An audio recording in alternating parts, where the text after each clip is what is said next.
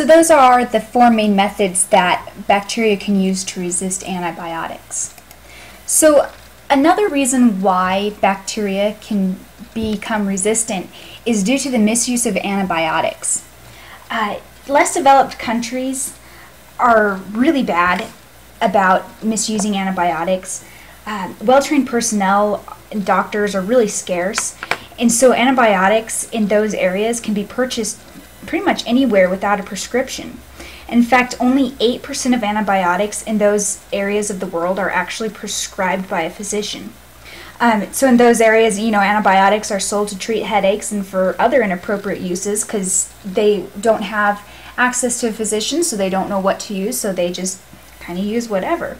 Even when the use of antibiotics is appropriate, dose regimes are usually not as long as they need to be, so they kill the susceptible ones, but before they can kill off everything, they stop taking the antibiotic, and then mutants can form and take over.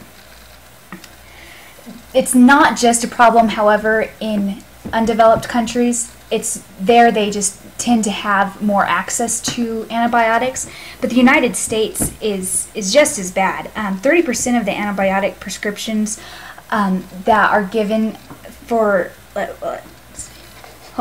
sorry, I want to make sure I say this right. In the United States, 30% of the antibiotic prescriptions that are given for ear infections, 100% of prescriptions for the common cold, and 50% of prescriptions for sore throats are actually unnecessary or inappropriate to treat the actual problem.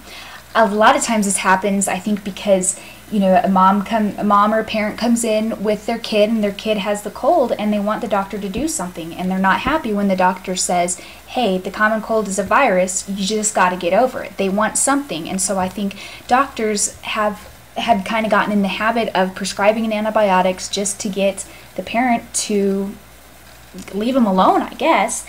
And so, at least, so that can be a major problem. And listed here are just some other reasons that antibiotic resistance can occur. If we were to look here, this is an example of how antibiotic resistance can occur due to misuse of drugs. This graph here shows a patient that had chronic kidney infection caused by gram-negative bacteria. They were given streptomycin.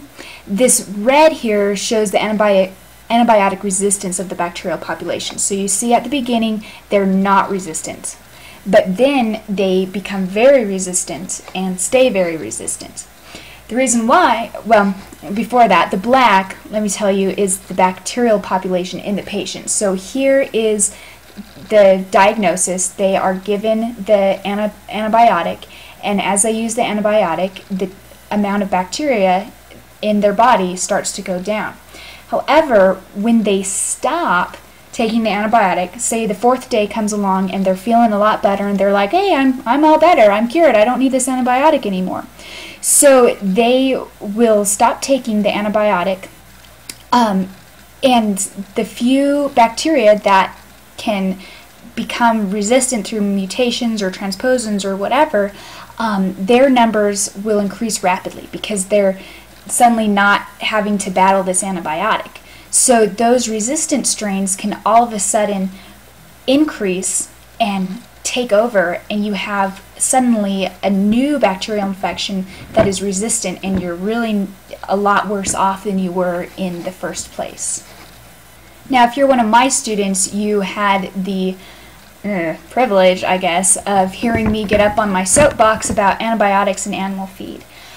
A lot of times, misuse of antibiotics by humans, doctors prescribing antibiotics when it's not appropriate, is blamed for antibiotic resistance. However, that is not the main reason. At least half of the more than 100,000 tons of antibiotics that are consumed in the United States each year are not used to treat diseases. In fact, they're used in animal feeds to promote growth. Companies have figured out that the cattle or poultry or whatever have the normal microbiota in their digestive systems, just like humans do, and those normal microbiota use some of the nutrients that the animals are fed. So these companies figured, hey, if we use antibiotics in our food and kill off these normal microbiota, then we won't have to feed our animals as much. Yes, they'll be miserable and they won't be able to produce the nutrients they need, and they'll always have stomach aches, but we won't have to feed them as much, so we can make more money.